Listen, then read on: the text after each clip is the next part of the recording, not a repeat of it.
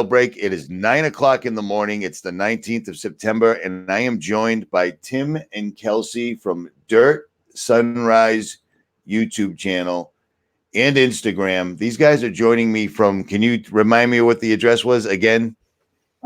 Yeah, Santa Cruz de la Sierra, Bolivia. Nice, nice. I was stoked that I hit you guys up and you were able to do this because you're heading off. You won't have a Wi-Fi again for how long?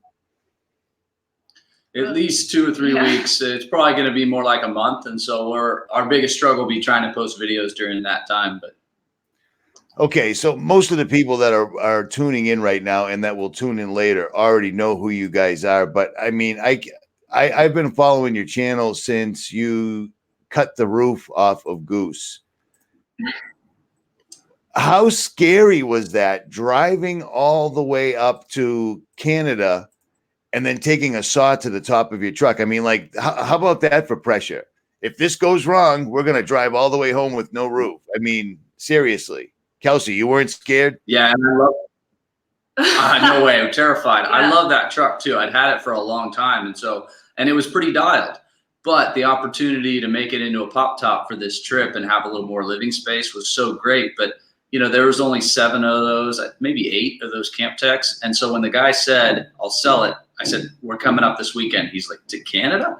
So, yeah, we drove up from Arizona, and the drive was pretty rough, too, because there was a steering linkage piece that goes through the firewall on 80s. And if you've had that fail, you know, but like the steering's all off. So we're driving in the snow. We're taking turns, just shifts, driving. Yeah, it was stressful. And then we show up at a guy's house we don't know, and we drink a ton of coffee. We go straight down to his garage. It's something like negative 10 degrees out. It was cold, yeah. And we start sawzalling our roof off. And I'm like, wow, this is either the best or the worst thing we've ever done. All I could picture is driving home and having the roof like just fly off and be like, what do you do then? Yeah, yeah. I mean, on the tube, it said it takes 4 days to fully cure, and I'm like, we just put the stuff on about 5 hours ago. Shoot. And did you make it home without any leaks or anything wacky like that happening? Did it hold?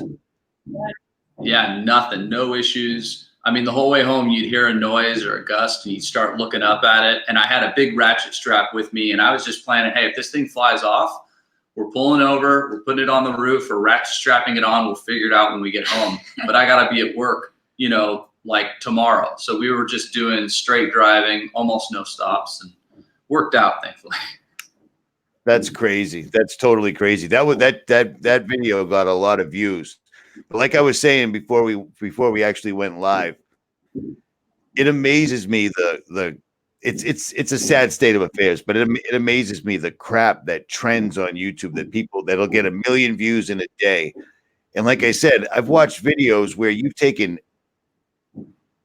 documentary quality audio and video where you guys are sitting on top of a pyramid drinking coffee, and there's nobody around except a howler monkey or whatever that was in the tree next to you. Nerd is epic, totally epic.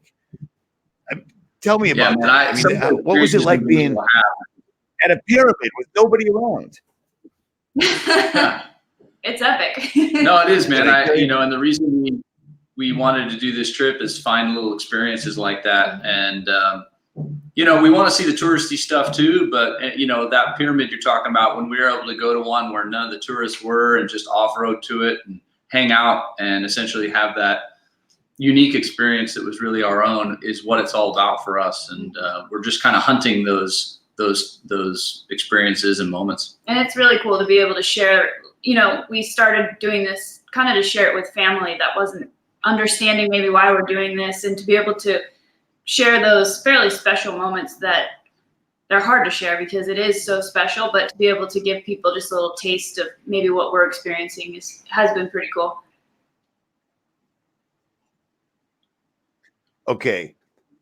How scary was it selling your house, quitting your jobs, and moving into an 80 series? Not a Winnebago, not a Unimog, an 80 series. I have an 80 series, just one person. How do you do it? How scary was it? I think that was the scariest part of this whole trip. I mean, including every border crossing, every, shady situation. The scariest part of the whole thing was just doing that, because everyone in normal life is like, you're crazy, you're ruining your life, you can't quit your job. You know, that's what you do as an American, right? Is you work until you die, and then, you know, and that's it. And so we definitely had a lot of people saying we're crazy, and you just keep second guessing yourself. So I think, honestly, in a sense, it was easier with two of us, because when I was having a bad day going, this seems like a bad idea, what are we doing? Then maybe she would be more confident that day, saying, no, I think we're going to figure this out. This is going to be awesome. And then vice versa. If she was kind of going, what are we doing? I might be more confident right then and just say, you know what, we can always turn around. And that was our thing, is we're not professing like we're going to Ushuaia. We never wanted to say where we're going, because we didn't really know. Because honestly, what if we 2 months in the truck and we go, this is not fun. Why are we spending our hard-earned money doing this? Let's get back home and, you know, do trips on weekends. So. Yeah. And it's, You got, it's I mean, hard, it's hard to jump your dreams, you know, like that was, I think, one of the scariest parts. Is this is something that both of us have always looked at as like, oh man, we really want to do this. And then the thought of like, what if it doesn't live up to your expectations is really scary.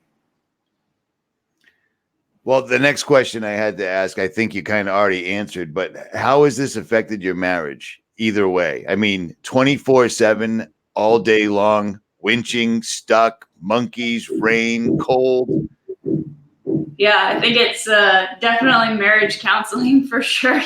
I think it's taught us to deal with stuff right away, because especially stress or fear, it always comes out towards the other person if you're not dealing with it. And so one thing that we have to do is just tell the other person that, like, I'm freaking out right now. And then the other person is much more gracious, I guess, you know, towards the fact that stuff is going on, instead of being like, why are you freaking out on me? Yeah, I think because you don't just get home from the trip, right, and then deal with stuff and go, yeah, sorry, I got frustrated on that hill. I thought we were going to tip, or, you know, there isn't that downtime. We never get home. You know, there's never that, cool, we're home now. We had some time to think about it. Here's what's freaking me out, or what's I'm worried about, or, you know, I need to work on the truck. It's just, so like Kelsey said, for us, it's been good. It's been for sure challenging though. I mean, obviously there's times where we're driving in the car and we're arguing and we're missing turns and we're like, we're freaking out. And there's a cop starts following us and we go, great, he noticed we were gringos. He's going to try and shake us down. So there's high stress, but you deal with it much more quickly because you have to. There's no point in waiting and talking about it when you get home, because you're not getting home. So you are home. Yeah. And I mean, you're both still smiling right now, and it appears to be genuine. So you're definitely beating the odds on that. Let me ask you. I think I already know the answer because I've watched all your videos, but what was the scariest moment that you've had right now? Whether it was law enforcement, or the truck might be going over, or you might not be able to pull yourselves out of this. What would be your scariest? Yeah, I think it's dealing with the corrupt cops in Mexico, because we've dealt with a lot of cops asking for bribes, but that was different, a little bit more angry, and really felt like you didn't have any control of that situation. Yeah.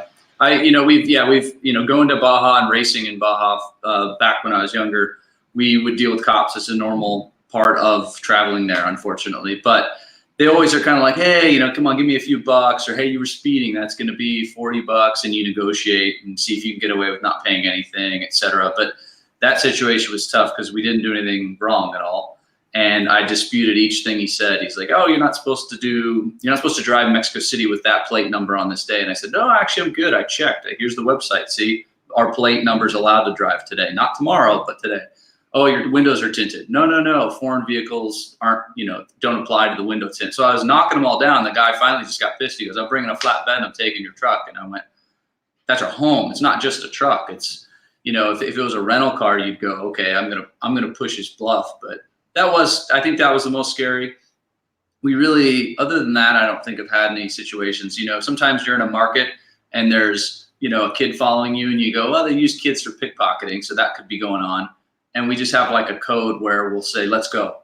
And neither one of us, if we actually want to go, would say it like that. We'd say, I'm kind of over the market or whatever. Do you want to head out? But if one of us looks at the other and just says, let's go, one of us saw something we don't like. And so if we say, let's go, we just turn, walk to the truck, and then we'll talk about it and say, yeah, there's a guy that's been following us for a couple streets. So we have stuff like that, but nothing's actually ever happened. We've had a few instances where we have said, let's go, and we just left an area, but nothing has ever developed in anything more. So yeah.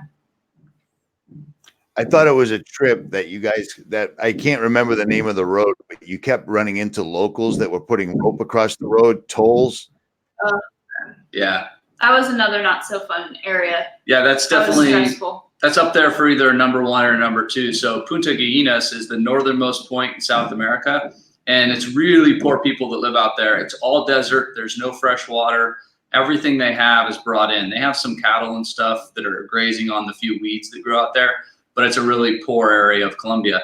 And we went through, we tried to count, but we couldn't because we didn't have the camera on 100% of the time, but it was over 60 or 70 roadblocks. You'd be at one roadblock, and like you three more. Yeah, the kids would see that they had some gringos, or anyone, not just gringos, even locals, at a roadblock, and they'd be erecting theirs, putting up the rope, or they'd use motorcycle chain, old rusty motorcycle chain put together. And so you'd hand them water, and the ones that were truly hurting would be super happy for these bags of water. And so we give water out, candy to the kids and water to everybody else. But then some people are like, no, I want money. You know, I need more money. And so, yeah, that was tough. And eventually we drove through one of them, didn't get any video of it, but we drove through one, and all these kids came out of the bushes with bats and like bricks, and they were just going to smash the car to pieces. Tried to open all our doors. Yeah, I tried to open the doors. So I rolled down the window and just tried to bluff as best I could, and was just the loudest, most aggressive person I could be. Yelled at them. And they said, but you went through a roadblock. And I was like, yeah, well, it's the 50th one. And I was stopping, but then I saw too many people and just went, screw it, I'm going. I don't like the feel of this. And that was the worst thing to do, of course. The chain got caught up on Goose. It knocked down my ham radio antenna. And then I thankfully, when they started trying the door handles, they were relatively young. The oldest was probably 17, you know, so they were old enough to do damage and maybe hurt us because there was a lot of them, 12 or 15 of them, something like that. But yeah, that could have been even more scary than the Mexico cops. But it ended so fast, it didn't make as much of a memory because I yelled at them and they're like, well, we need a peso or whatever it was. And I was like, here you go. You know, sorry, didn't mean to go through it, but we need to get out of here. And we just drove away. And that was the end of it. But then the whole rest of those few days, we had to get back. It's a one-way out and back. And so the whole time you're out there, you're thinking, man, I'm not enjoying this because, yeah, I'm at the northernmost point in South America. I need to get out of here. So on the way back, it was just, you know, stopping at them. And then we got behind a local on a motorcycle and they dropped the rope for the motorcycle and we'd try and follow it. And we made a lot of them and then we paid at others. And yeah, I wouldn't recommend going up there.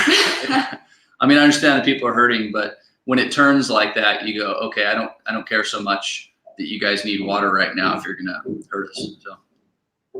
That is amazing. I don't know how you dealt with it and how you guys made it through. That is totally amazing. What are you, just real quick, what are you guys using to filter water on the road, especially when you're in places like this with no fresh water around? Oh yeah, we've been one of those lifesaver jerry cans. And so we bought that in Mexico. Everyone's used to buying bottled water. So we found that everywhere you could buy the 5-gallon jugs, you know, the big sparklet style ones. And so we buy one, we dump it into the tanks, exchange it right there while we're still at the store for a second one, dump it in the tanks, and then get going. And so we didn't need to filter water as much. The moment we hit Guatemala, a lot of people are just drinking the local tap water. So then we broke out that lifesaver jerry can. And since then it's, I don't know, it's probably into the hundreds of gallons now. In fact, right here, we're at an Airbnb right now. We're leaving this morning to head out back into the jungle, but we have the lifesaver jerry can on the countertop and we've just been filtering the tap water to fill all of our jugs and all the tanks in the truck. That's crazy. And it's worked out really well because I've been looking at one of those for a while. I used the Sawyer, but I literally just broke the bag when I was in Colorado up in the mountains. So I was kind of SOL on that. Oh, bummer. Yeah, no, it's been good for us. And I had as a backup, we have like I think it's Sawyer brand maybe, but those life straws kind of as our, hey, this thing sprung a leak and is now worthless. So we need something to filter water.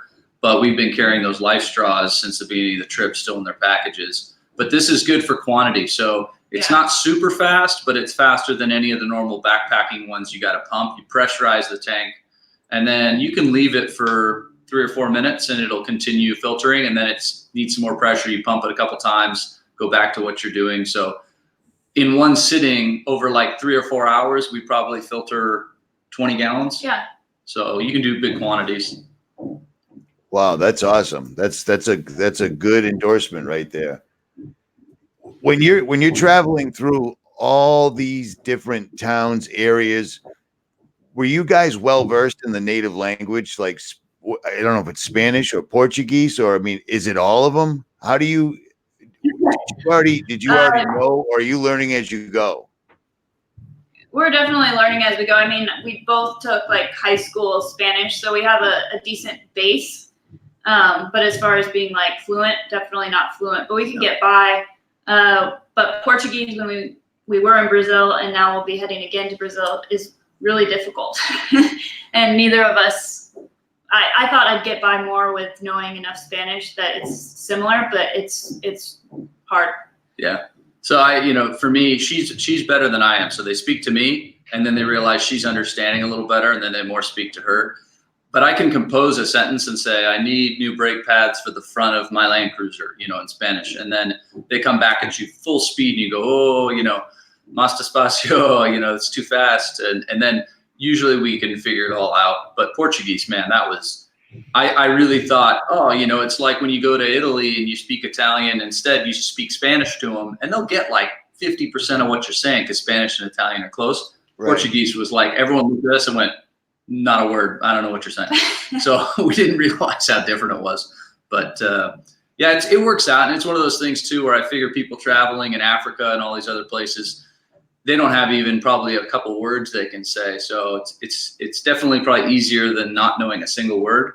But these dialects too, you get up into the mountains and they're speaking Spanish, but it's sort of like going into the deep South and somebody speaking slang English where it's like, I don't know what you just said. Or they have native like Quechua in Peru, and that is crazy hard to understand. The more remote you are, the more you're going to meet like indigenous peoples, and so we've met a lot of people that speak this Quechua and don't speak much Spanish because they don't go to the local schools. They stay up in the mountains, and so even when they speak no Spanish at all or English, you find a way to communicate. Everyone's just so nice. It's crazy. It just reminds you that like, governments, what are you going to do? We're in Bolivia. It's pretty communist. The government, when you look at what they do, it may not be very good, but the people are still such good people. It's always, and I'm pretty critical, I think. I'm like a critic in general of, that's just the way my mind works. But this trip just reminds me daily, you see somebody walking up to you and you go, oh, what's he want or what's he want to sell me? 1 out of 10 or 20 times, maybe he does want to sell you something or try and scam you. But I mean, most every time it's just somebody saying, hey, where are you guys from? What are you doing? Oh, I have a cousin that lives in Florida. Or, oh, I once traveled to New York. Or people are amazing. Yeah.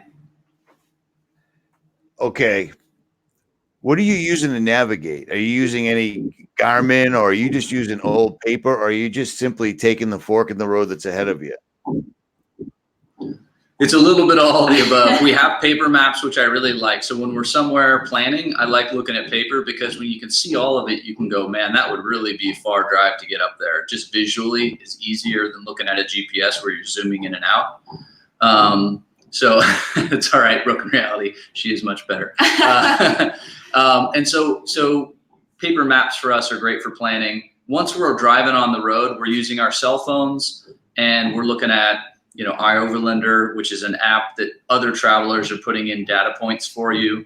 It's not foolproof because everyone's opinion is different. Somebody will say, hey, great remote campsite. You pull up and it's a pullout on the highway, and then you start to know that guy's name. He must be traveling in like an RV if he calls that remote. And then you start to see other names and you go, ooh, that guy's traveling in a Land Rover Defender. He probably really got remote. And so, these apps can kind of help you find campsites. You just can't take the word that's in them to be definitive, so we're using cell phones. The Garmin GPS that I have, that InReach, is really just for tracking us and as a backup. We'll look at the elevation on it, things like that. Yeah, we did use it when we were where we were just talking about the gallinas. Yeah. Because there really isn't a one track to get out there. And so it took us a long time to find our route basically to where we were going. And then on the way back, we realized we don't know which way we came exactly. So we just followed the waypoints on that. But that's about the only time I think we've really used it for navigation. Yeah.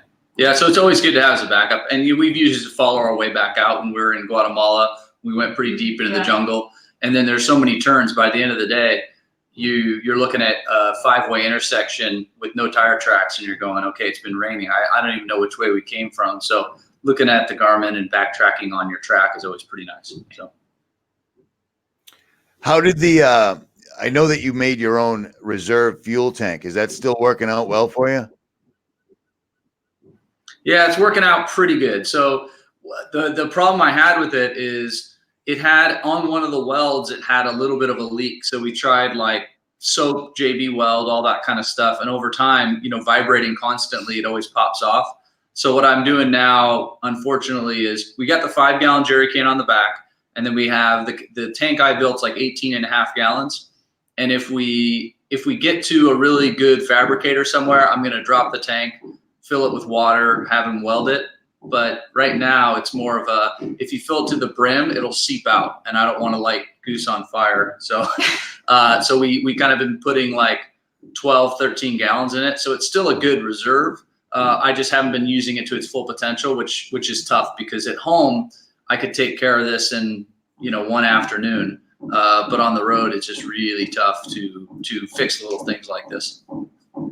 Oh, I can imagine. I've watched you doing breaks and such on the road in the dirt. I mean, I complain because I don't have a garage. I do everything in the driveway, but I can't even imagine doing it in the jungle at all. Well, it's a Land Cruiser, so that's the beauty of it. But have you gotten in any spots where you just had to sit around for days and wait for parts? No, nothing really. Nothing I can think of. We've, like here in Santa Cruz, we've replaced rear suspension link bushings. They're original. I mean, so, I probably should have replaced them for the trip. But again, being a Land Cruiser, I think you get complacent because it's just so good all the time. So finally, we've been listening to the little bit of metal noise in there as it shakes around. And so we pressed in all new bushings. But nothing ever essential has happened. If you burn a little bit of oil, no worries. You carry an extra quart with you. If you need a bushing, I bought them. Where did we buy them at? In Cochabamba, another city in Bolivia. And then here I found a machine shop with a press, and they just pressed them in. No big deal. So we've been really lucky. And, you never know what's going to happen tomorrow, but we're just trying not to worry about it too much. We carry some spares. Like you've seen, we'll carry brake pads. In case a brake caliper gets stuck on, I don't want to have to run metal to metal. We'll carry fuel filters, some for the auxiliary tank, some for the main, the OEM filter, all that kind of stuff. But man, we've been really lucky. The hardest part in all of these countries is getting the actual parts is what usually takes longer than just fixing it. Is, like here in Santa Cruz, looking for anything, it's like you go to one store and they go, oh, we don't have that, but they might have it. And so you go to the next store and they go, no, we don't have it, but you know who does? This guy across town. You go there and they go, oh no, we don't have it, but they have it. And you're like, just like someone should have it. Yeah, no, I'd say we spent the 5 days we've been here in this town just doing work on the truck. And it's stuff that would have taken me, if I had a Napa and my driveway, would have taken me 4 hours. Yeah. And we've been going at it 5 days. So you guys must have the patience of a saint, honestly. I know that I already know the answer to this mostly, but are you guys trained in anything specific like first aid? I know you do recovery, all that stuff. Anything in particular?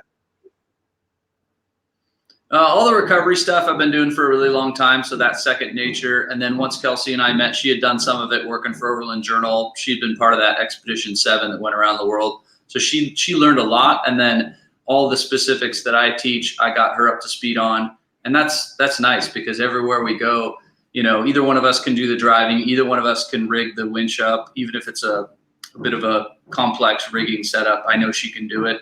So that's a huge asset when you're both, up to speed on that, I guess. First aid wise, we both have the wilderness first aid, but nothing more than that. In fact, that's one of our weak points, I'd say. Yeah, we'd like to do the wilderness first responder courses, but. Yeah, I think so. At the end of this, at some point, whenever we're back home in the US, working is number one, obviously, to earn money to try and be able to go on the next trip. But we want to do little things like get our wilderness first responder certification just to be a little more at a higher level.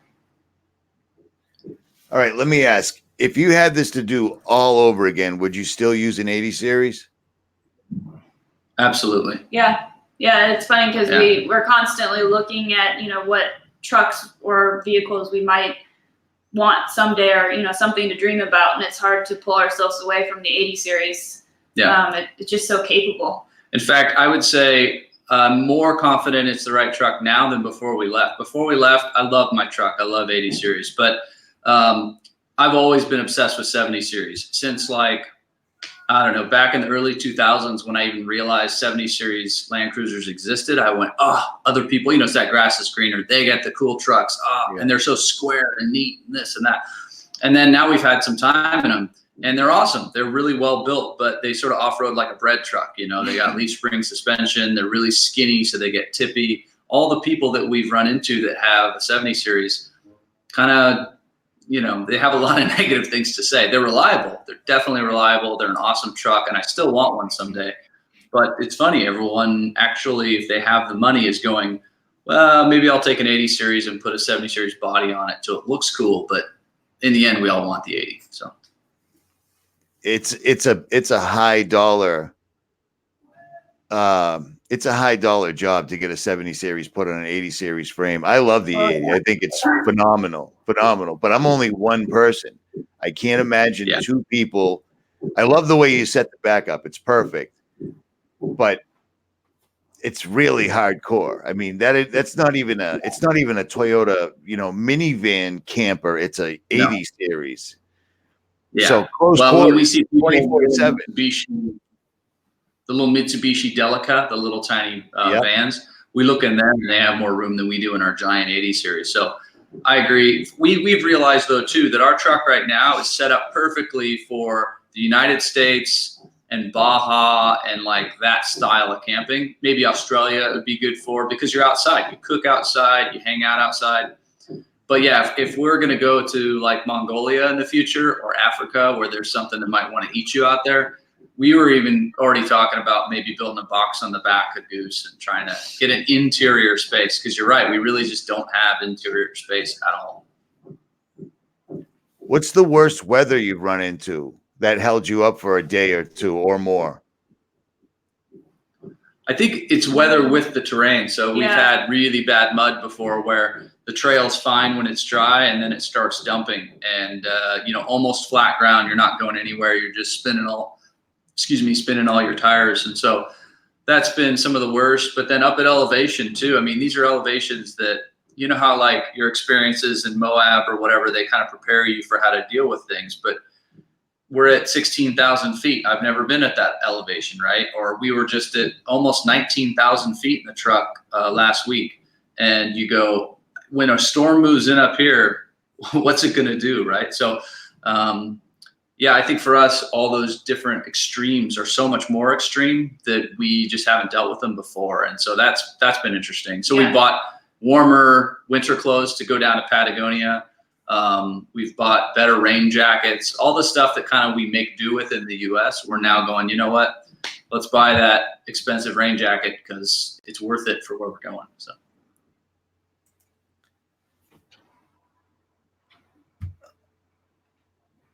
I'm stuck here. I'm stuck. Stand by. How epic was it at the top of that volcano that you guys hiked up? I mean, how did you even get air up there? Oof. Yeah, that was an intense hike, and actually one of the scariest.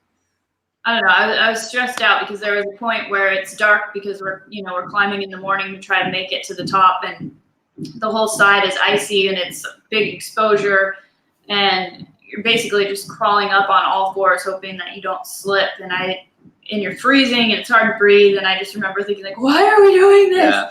And then you make it past that and you go, okay, this is why we're doing it. We got this cool view. It's amazing to be up here. But there's definitely moments that if you can push through them are worth it, but they're definitely scary. Yeah, we've tried to, like, that was one of those ones where we kind of had to finally just pull the pin and call it, because we were up at 4 a.m. hiking, and we got to a section that was frozen solid. There's no one else on the mountain. There's no one else around. So there's no one to look to kind of go, yeah, this is crazy, or no, this isn't, you know, and we didn't have crampons or any sort of spikes on our boots. So that was interesting. And then, yeah, breathing and just concentrating constantly on breathing. That's your main thing that you're focusing on. Made it pretty interesting. But the worst part about that hike was I left my favorite gloves on the top of the volcano. Yeah. I set them down when I was doing something, and then, you know, 20 minutes later, I realized I don't have my gloves, and I was like, nope, I can't go back. Yeah, exactly. Oh my God, you want to turn around and go back? That. What are you guys using for a drone? Because you're getting some seriously awesome aerial footage. Oh, thanks, man. We actually just using a little Spark, you know, the cheapest one from DJI, and but we're kind of excited because while we were home, we picked up the DJI Mavic Air, the sort of slightly better one that can do 4K and all that. So we already noticed the video from it, and the stabilization is even better. So we're hoping once we catch up a little bit more in videos, which we're probably a few weeks out from the footage of the new drone starting to show. So hopefully it gets even better, and there's more flight time too, which is really nice. Have the locals or anybody giving you a hard time about flying a drone in the country? Are there any special regulations, or are you good to go? Mostly good to go. Nicaragua, you do not want to be caught with a drone in the country. It's a big deal there. And so, but there is a site that'll tell you in each country what the rules are. Do you need a special license? I think this has become even more like prevalent information now that the way Overland folks, no one's for sure, it sounds like, whether or not it was specifically flying a drone that got him in jail in Iran. But that story, if that is the reason they're in jail, man, that's something that if you weren't thinking about it before, people definitely are now. So we'll check the website to kind of see, you know, what are the rules in this country. But we also only fly it when we're alone. Like, there's some cool spots, like when we're in Lima, you're sitting there, it looks like Newport Beach. It's real fancy, and there's a huge bluff with waves rolling in, and it might have been a cool spot to fly it. But, you know, I don't want to be that guy who's flying it over people's heads or near people's homes. So we really only fly it when you see those shots, it's because we're totally alone. And I would say 90 or maybe even 100% of the time when we've flown it, no one else knew that we flew it because we were just in the middle of nowhere. So I just feel more comfortable doing that. And that's usually when you get the pretty shots anyways. But yeah, we don't, like when we're in a town like this, I don't want to put it up in the air in case there's like a city regulation, like, yes, they're legal in our country. That's what the website said, but it's a huge, big deal if you fly it and the police will come get you or something. So we don't want to mess with it. Let me ask you this. After being boots on the ground, because you're not jumping in an airplane, flying to a hotel, staying at the pool, visiting the locals, you know, the local town, like in the Bahamas or stuff like that. How has this affected your view of being an American, being with these people that are dirt poor, holding up rope tolls just for water, etc.? Has it changed you at all, or changed your view? Yeah. It has, I think, for me, but not in the way I expected. I thought it would, it did a lot of the things I expected. It humbles you, and it makes you appreciate what you have.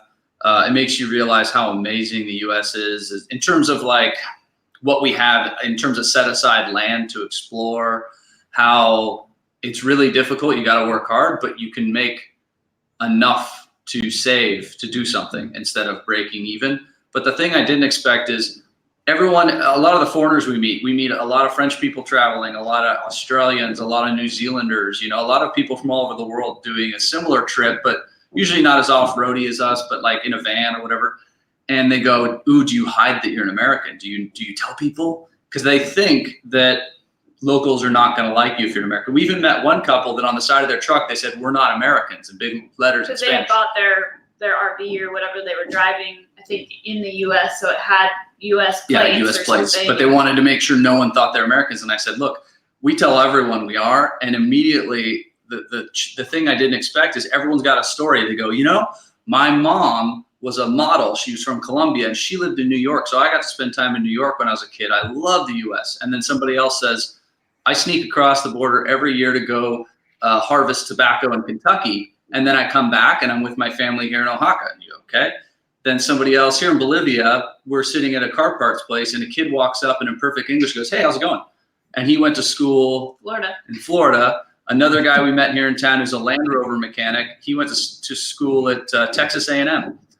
So it's like everyone you talk to's got a story about the U.S. and it's a good one. So it's actually— I don't think we've had a bad reaction, really. No, which is sort of funny. And then the people that do have, I wouldn't say negative, but like in Mexico, our buddy who owns a brewery there, I could say buddy now because we met him and we stayed at his house. We didn't know him before the day we met him. He's got a beer that's called Trump Sucks. And it's not like a political statement, it's a joke. And like he laughs when he orders it. He's in Mexico. So he just made a beer that's like, hey, that guy doesn't like us. He sucks. But it's not angry. Like none of these people are angry. I feel like there's more anger in the US when we talk to our friends back home. So really it's kind of improved my view, at least in certain ways. Maybe not the government and all that, but I think it makes you especially like realize even little things, you know, like going to the grocery store. Even at the nicest grocery store here, it might be hard to find if I want to make Thai food for dinner.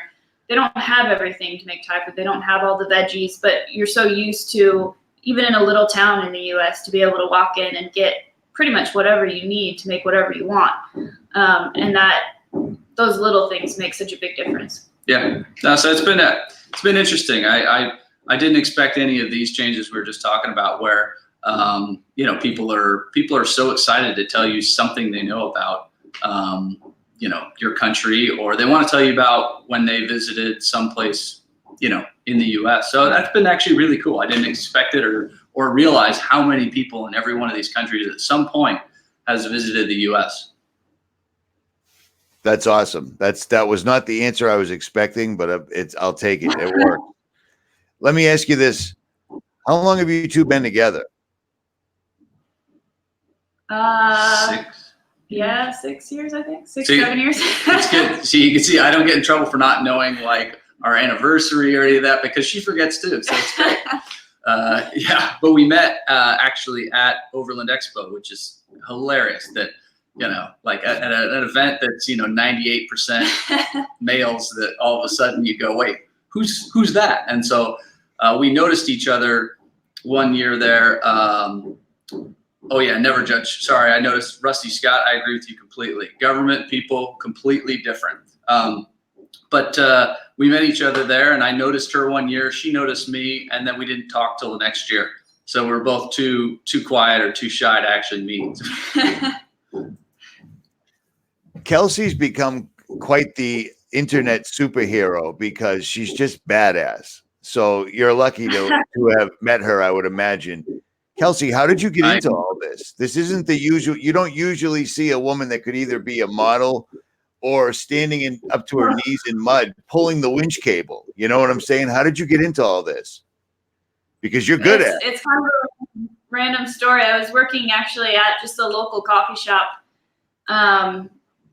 And Chris Collard, who's an awesome guy, great in the off-roading world, but I didn't know who he was, obviously. He was in there working late on a story, and he had done a trip to Africa, and I had just started talking to him, and he showed me a couple pictures from that trip, and my mind was absolutely blown. I mean, this was like National Geographic type pictures, and I was like, this guy right here, he does this? And Overland Journal's office was nearby, so they'd stop in this coffee shop for coffee, and I'd see, you know, all these crazy trucks that they'd have, and I just was like, this is so interesting to me. And after meeting Chris Collard, I thought, you know, why not just ask? So I sent him an email, and I was like, hey, I talked to you the other day, and I'm really interested in what you do. I love the idea of, you know, being involved in making a magazine, that creative outlet. Do you guys ever have interns? Like, I'd be willing to sweep the floors, do whatever for free. I just would, you know, I want to learn and I want to see what it's all about. And so it ended up that they needed an intern. So I came, and I think I worked for 3 days, and they offered me a job because someone else was leaving. So I ended up working with them and getting to travel, like Tim said, and meet all of these great people that are still a big part of our lives. And I ended up working. I would run their booths at Overland Expo, and so I was always there doing that. And Tim was teaching there, and that's how we met. But I really just had this interest and then fell in love with it. You know, it wasn't something that my family was into or anything like that. So it's really random that it's something that I just loved.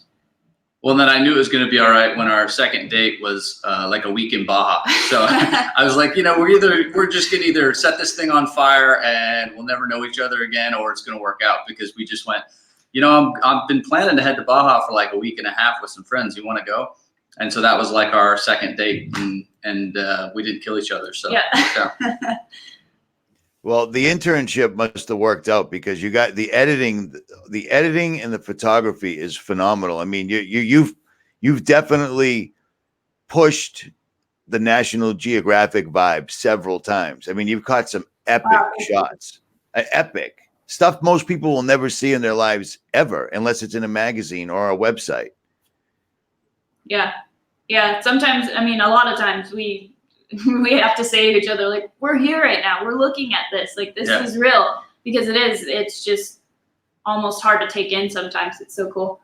Yeah, it's hard to remember sometimes to be in the moment. You know, you're going and you're trying to get video of stuff and take photos, and then you just realize, like, that's a crocodile or whatever the thing is, you know. And yeah, I think that's our most thankful thing for making these videos, and I'm thankful she does all the editing, and it's amazing. She puts in hours and hours, you know, tens of hours each week.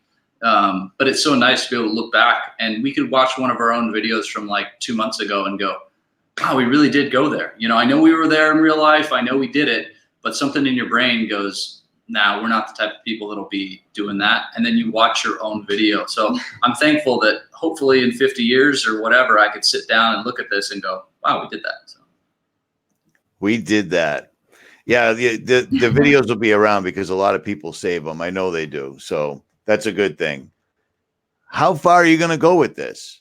I mean, you're in Southern Bolivia right now. This is crazy. In an 80 series. I mean, how far are you planning on taking Goose? You know, our thinking right now is we don't really ever want to stop. You know, we know we need to come home and work though, right? We came home for 3 months just recently, and we worked all the events we could and did all the training we could. And the videos from that will be showing up soon. I tried to take a bunch of video while we're home, but we want to come back and continue working, save some more money, and then head somewhere new. For this part of the trip, we're now close enough where we want to go for it. Barring the engine blowing up or something catastrophic happening, we want to get all the way to Ushuaia. So that wasn't really the goal when we started out. We just wanted to meander and see where we went and randomly explore. But I feel like we're not really that close. We're actually pretty darn far still. Yeah. But we're so close visually that I really would love to get all the way down into Patagonia. So the goal right now is keep zigging and zagging wherever we feel like it, but slowly make our way down. And when Patagonia and Ushuaia, the southern tip, are having their summer, which would be, you know, December, January, inverse to our winter. That should be the nicest time of year. So we're gonna go for it and keep heading south. And you know, if something happens to the truck, no worries. We'll do whatever we got to do to fix it and try and keep going. But after that, I don't know, man. We talk about it every day. Every country on earth we've probably talked about. Could we get there? Could we afford that? Could we really do it? So we don't know. I'd have to imagine that Australia is on the list of places that you'd want to box the truck up and ship it. Absolutely. I'll tell you,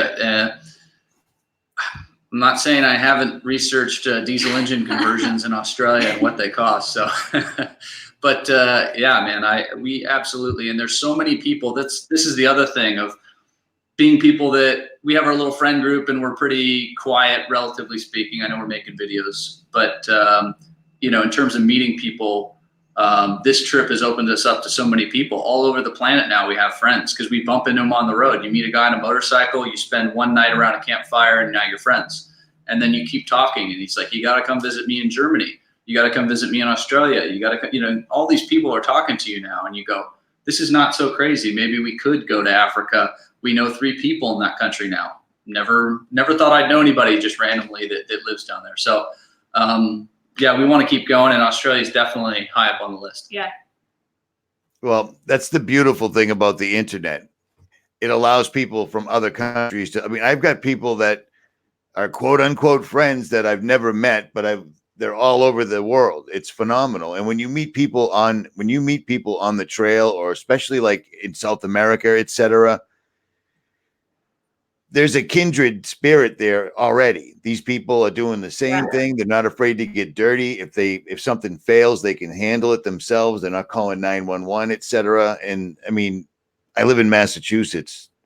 I'm an anomaly. People are horrified when they see my truck coming down the street. They think it's the military. You know what I mean? You were talking Absolutely, about the turbo diesel conversion. I would love. I mean, I have a supercharged 4.5. Supercharged is great, but on a trip like yours, I'd have to have a bypass, because if it's not high octane, the truck's going to sound like a popcorn machine. Yeah, in fact, the octane's so bad here in Bolivia, and there's not different octanes. It's just, here's gasoline, here's diesel. You got two choices. And so we had to actually retard the timing on the engine a little bit to get it to stop pinging. So it is a thing. You know, a supercharger on one of these trips is not great. But I sadly did the math when we were still up in Panama. And if we were buying diesel compared to gasoline, the cheaper cost of diesel, because of course in the US, diesel's more expensive, but everywhere else, well, at least on this trip, diesel's cheaper. So if you're buying the cheaper diesel and you're getting the better mileage that comes with the diesel, we would have saved like $8,000 in fuel just by Panama. So for an international trip, a really simple, slow, boring diesel, man, that's the way to go. I just taught some of the guys on mud, believe it or not. They didn't understand. I just got the Hyperflex arms and I ordered them straight from Superior Engineering in Australia. And they're like, dude, they're so expensive. It's like their prices are in Australian dollars. It's not the same. You know what I mean? $1,500 is $900 on our end. So getting a diesel conversion, if you could possibly do it in Australia, would be phenomenal. That's exactly what I realized. I talked to a guy and he threw out some numbers and I went, whoa, that's a lot of money. But it was about what I expected it to be, honestly, in US dollars. And then I did the conversion and went, oh, hey, that's pretty cheap. I mean, it's not cheap, but it is way better than you'd ever pay in the States. So yeah, that's the thing with driving the 80 series coast to coast. That's the biggest expense. I mean, I think if I'm out for a month, I'll stay in a hotel, maybe a day or two out of 30 or 40 days, but that's simply for Wi-Fi. Like, that's it. I can't do this anymore. I need a signal. The amount of money I put into that gas tank it's obscene. It's first class flight, no problem. It's obscene. So when the engine finally goes, I got a line on a guy that claims he can get in the crate Japanese Toyota, the good heavy duty turbo diesel, and he was talking really low numbers. So if that comes to fruition, I'll let you know. He does a lot of import. Absolutely. So yeah, that's awesome.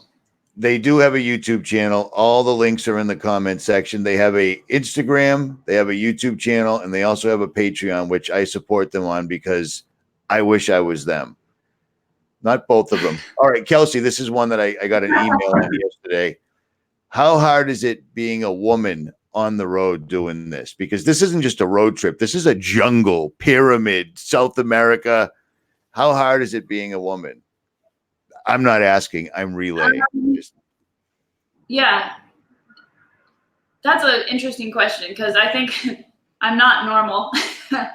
And so I think, I am about on the same pace with when Tim wants a shower, I probably want a shower too. So, it's different for everyone, I think. But as far as people treating me differently, I actually think it's probably easier sometimes to be a woman because people react better. Like guys, police officers, any of that kind of thing, they're more likely to be a little bit more kind, I think, to a woman.